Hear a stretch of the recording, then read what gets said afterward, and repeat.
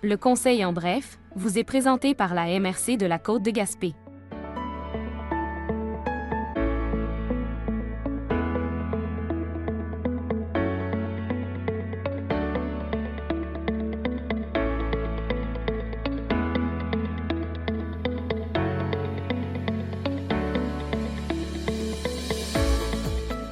Bonjour. La dernière séance publique du Conseil de la MRC a eu lieu le mercredi 13 septembre 2023. On s'entretient avec M. Daniel Côté, préfet de la MRC de la Côte de Gaspé et maire de Gaspé, sur les principaux éléments qui étaient à l'ordre du jour. Le Conseil de la MRC a accordé des subventions à 6 projets ce mois-ci. Pouvez-vous nous les présenter? Au fond, il y a 6 dossiers qui ont été retenus qui totalisent 146 000 $ et des poussières. Le gros morceau, c'est les habitations de la montagne, qui est le projet de 90 unités de logement abordables ici dans le secteur de Sandy Beach. Ça fait un petit bout qu'on en parle, qu'on en entend parler. Les études préliminaires coûtent grosso modo autour de 178 000 $. Donc, il y a des demandes qui ont été faites à différentes instances, dont à la MRC, qui va y injecter 115 000 $ à même le fonds éolien. Ça, c'est pour les études préliminaires et le projet est chapeauté par l'organisme Habitation de la montagne, mais avec le support du groupe Ressources en logement collectif Gaspésie-les-Îles. Voilà pour le premier gros morceau. Deuxième morceau, Légion royale canadienne, succursale 59 de Gaspé. Dans leur cas, c'est un renouvellement des équipements de la Ligue de billard. Historiquement, la Ligue de billard était à l'Ardoise, dans le défunt bar. Les équipements ont été rapatriés à la Légion royale tout près. Et donc, les joueurs de billard, c'est à la Légion qu'ils vont maintenant. La Légion avait acquis, ou s'est fait peut-être même donner, les tables de billard de l'Ardoise, mais tombe en désuétude assez avancée, de sorte qu'on nous a demandé une participation pour renouveler les équipements. Projet de près de 27 000 $, 13 455 $ octroyés par la MRC. Et il y a un peu plus de 10 000 aussi qui avaient été octroyés dans une dernière séance du Conseil de la Ville. Ça, c'est dans le fond de soutien au projet structurant. Maintenant, Musée de la Gaspésie. Stratégie de développement de la philanthropie pour, à quelque part, augmenter les revenus autonomes de notre musée régional. Dans ce cas-ci, ils nous ont demandé de l'aide au fonds de soutien à l'expertise externe. On leur octroie 5 000 $ sur un coût de projet de plus de 18 000 $. Fondation de l'école CE Pouliot pour nos Griffons, notre club de football scolaire. Dans ce cas-ci, c'est pour un projet d'éclairage temporaire des terrains de football. Ça fait des années que le club et que la Fondation travaillent pour essayer d'avoir de l'éclairage pour que les jeunes puissent pratiquer le soir. Un projet d'éclairage permanent coûte quelques centaines de milliers de dollars. Donc, d'ici à ce qu'un montage financier soit complété, ils se sont entendus pour mettre en place de l'éclairage temporaire. On fait une demande à la Ville et à la MRC. Dans ce cas-ci, c'est 50-50 Ville, 50% à Ville, 50% MRC. Pas de chicane. 4 750 $ de la part de la MRC pour la Fondation de CE Pouliot sur un projet de 9 500 $.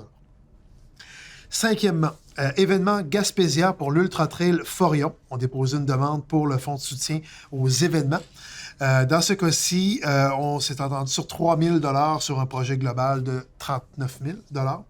Et finalement, dans le fonds de soutien à l'expertise externe, Improvisation Gaspé, qui veut réaliser un plan stratégique en communication et marketing, nous a demandé 2 500 $ sur un coût de projet de 5 000 $. Donc, on s'est entendu pour le payer le 2 500. Et je disais dernièrement, il y en a un petit dernier pour la route, Maison de la famille par enfant, déposé, séance tenante, fonds de soutien aux événements, dans ce cas-ci, 2 500 $ sur un budget global de 43 000.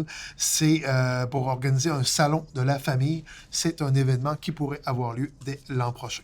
Ça fait le tour des aides financières qui totalisent 146 205 $ pour cette séance. Le Conseil a aussi adopté 2 politiques en lien avec les communications et les réseaux sociaux. Pouvez-vous nous expliquer en quoi cela consiste? En fait, on est dans une ère de communication avec les médias sociaux et tout le tralala. Tout doit être communiqué plus vite, de meilleure façon, avec un discours cohérent, évidemment. La plupart des entités publiques, comme la MRC, ont des politiques de communication. Ici, il était nécessaire de la mettre à jour et de se doter d'une véritable une véritable politique de communication et au niveau des médias sociaux également. Savoir qui s'occupe de telle chose, qui est le porte-parole, etc. Donc, dans les éléments clés à retenir, c'est que la MRC est présente sur différents médias sociaux, entre autres Facebook, évidemment, Twitter, qui est devenu X, et Instagram également. Donc, qui met les messages? Qu'est-ce qu'on met comme message? C'est quoi les limites? On ne fait pas, par exemple, la promotion d'un produit dans une entreprise privée. C'est pas le rôle de la MRC de le faire. Mais on est venu établir ces balises-là. Au niveau du porte-parole, comme c'est le cas habituellement, c'est toujours dans les municipalités le maire qui est porte-parole. À la MRC, c'est le préfet qui est porte-parole. Peut déléguer certaines de ses obligations de porte-parole à la direction générale ou au préfet suppléant, dépendant si le sujet est administratif ou politique. Donc, c'est ce qui vient être cadré dans ces deux politiques-là. La MRC se dit en désaccord avec certaines propositions du ministère des Affaires municipales et de l'Habitation concernant l'adoption des orientations gouvernementales en aménagement du territoire. Qu'en pensent les élus de la MRC?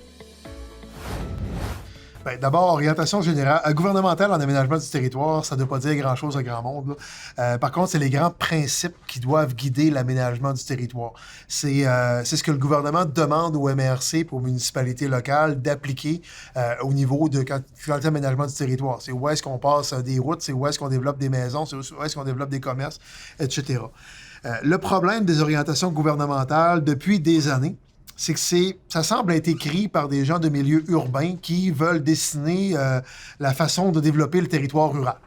Ça fait des années qu'on est en discussion, en négociation avec le ministère des Affaires municipales là-dessus. Puis chaque fois qu'on se positionne, on dirait qu'on n'est pas entendu.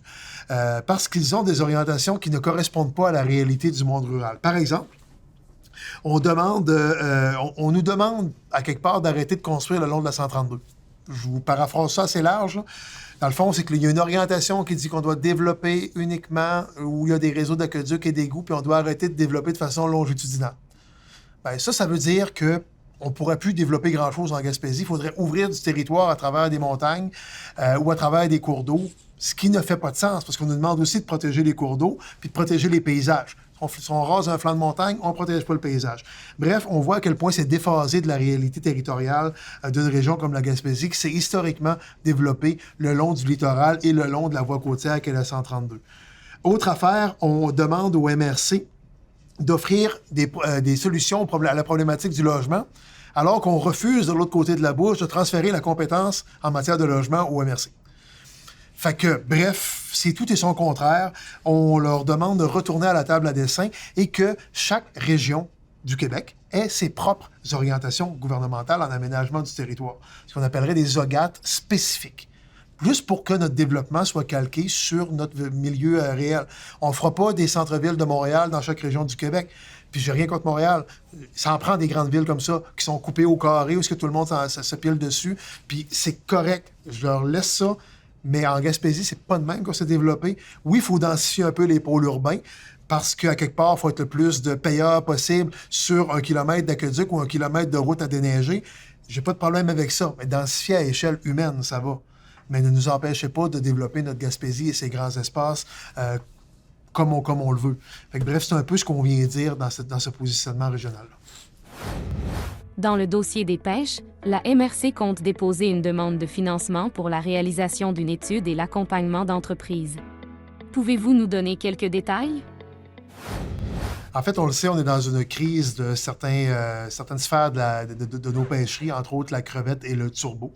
Les stocks sont pratiquement disparus du Golfe. Ça entraîne des impacts majeurs sur notre économie, sur les travailleurs, sur le tissu économique, le tissu même social qu'on a, particulièrement dans le secteur nord du Grand Gaspé, mais jusqu'à Cloridorme également dans la MRC. D'une part, l'urgence absolue était et est toujours que Emploi Québec développe un programme spécifique pour nos travailleurs qui ne peuvent pas se qualifier à l'assurance-emploi parce que les usines qui ont fermé trop tôt ou qui n'ont pas pu leur offrir assez d'heures pour se qualifier. Bref, on veut au moins que le monde ait de quoi dans le frigidaire pour cet hiver. Ça, c'est la priorité numéro 1 qu'on a à l'échelle MRC. Deuxièmement, ce qu'on souhaite travailler avec Développement économique Canada et le MEI, Ministère de l'économie et de l'innovation du Québec, c'est qu'on puisse accompagner nos entreprises dans soit une diversification, soit une voie de passage pour qu'elles puissent passer à travers de cette période de crise-là. La MRC est prête à y investir des fonds propres, mais au total, ce qu'on souhaite, c'est avoir une participation du gouvernement fédéral et du gouvernement du Québec là-dedans, des 2 ministères économiques concernés, pour totaliser une enveloppe de 426 000 $. C'est pas énorme, mais au moins, si on est capable d'accompagner nos entreprises du secteur de la pêche ou du secteur connexe qui vivent directement les impacts des crises qui sont débutées et qui sont loin d'être terminées, sans vouloir être pessimiste, là, le turbo est introuvable dans le Golfe cette année. Ça me surprendrait qu'une baguette magique le fasse réapparaître dès la saison prochaine. Puis la crevette est en déclin depuis les 5 dernières années. Ça me surprendrait aussi qu'elle réapparaisse soudainement l'année prochaine, alors que les populations de sébasse n'arrêtent pas de grossir. Bref, on sait qu'on se dirige vers une crise qui risque de durer au moins quelques années. On doit se préparer, on doit se revirer de bord et chaque ministère a son rôle à jouer là-dedans. De notre côté, autant la Ville que la MRC, on a assumé un fort leadership là-dedans pour sécuriser notre monde. Je me répète, on veut sécuriser notre monde, puis on va devoir diversifier certains pans de notre économie ou de notre secteur des pêches, peut-être vers le sébaste, mais peut-être vers carrément autre chose également. Donc, c'est ce qu'on est venu demander ici à DEC et au MEI, totaliser 426 000 $ pour des actions en accompagnement d'entreprise. Y a-t-il des éléments supplémentaires sur lesquels vous aimeriez attirer notre attention? En fait, il y aura un événement le 19 septembre prochain à 19h au Centre Élias Dufresne concernant justement la crise du secteur des pêches. Les portes seront ouvertes dès 18h30 là, pour les gens qui veulent s'y pointer. C'est une rencontre publique d'information. On va venir d'abord faire un état de situation. Là. Où est-ce qu'on en sera rendu en date du 19 septembre au niveau des transformateurs, au niveau de la capture, etc. En date d'aujourd'hui, il reste quelques bateaux en mer, mais sur la flotte de Rivière-au-Nord, c'est pas grand-chose. Bref, on va vouloir faire un état de situation. On va vouloir informer les gens sur c'est quoi les démarches qu'on a faites jusqu'à maintenant, qu'est-ce qui est en cours, qu'est-ce qui est à venir. Puis on va vouloir présenter aussi les services disponibles à la population. Par services disponibles, on peut parler de services au niveau économique, on en parlait tantôt, via la MRC et autres. Ça peut être des services via des programmes ou de l'accompagnement en santé et services sociaux. Ça peut être d'autres types de services. Bref, on veut montrer ça aux gens, c'est quoi les possibilités de services qu'ils peuvent avoir pour se sortir la tête de l'eau dans les prochaines semaines, les prochains mois, peut-être les prochaines années. Bref, c'est ce qu'on va venir présenter à la population. Il y a un service de garde qui va être disponible aussi avec grâce au Centre de pédiatrie sociale, l'équipage. Les gens doivent confirmer auprès de l'équipage avant de bénéficier du service pour qu'ils mettent en place la grosseur du service requis pour la soirée. Sinon, c'est un rendez-vous mardi 19 septembre, 19h, Centre Élias Dufresne de Rivière-au-Nord. Merci, Monsieur Côté. En terminant, pouvez-vous nous rappeler la date de la prochaine séance régulière du Conseil de la MRC?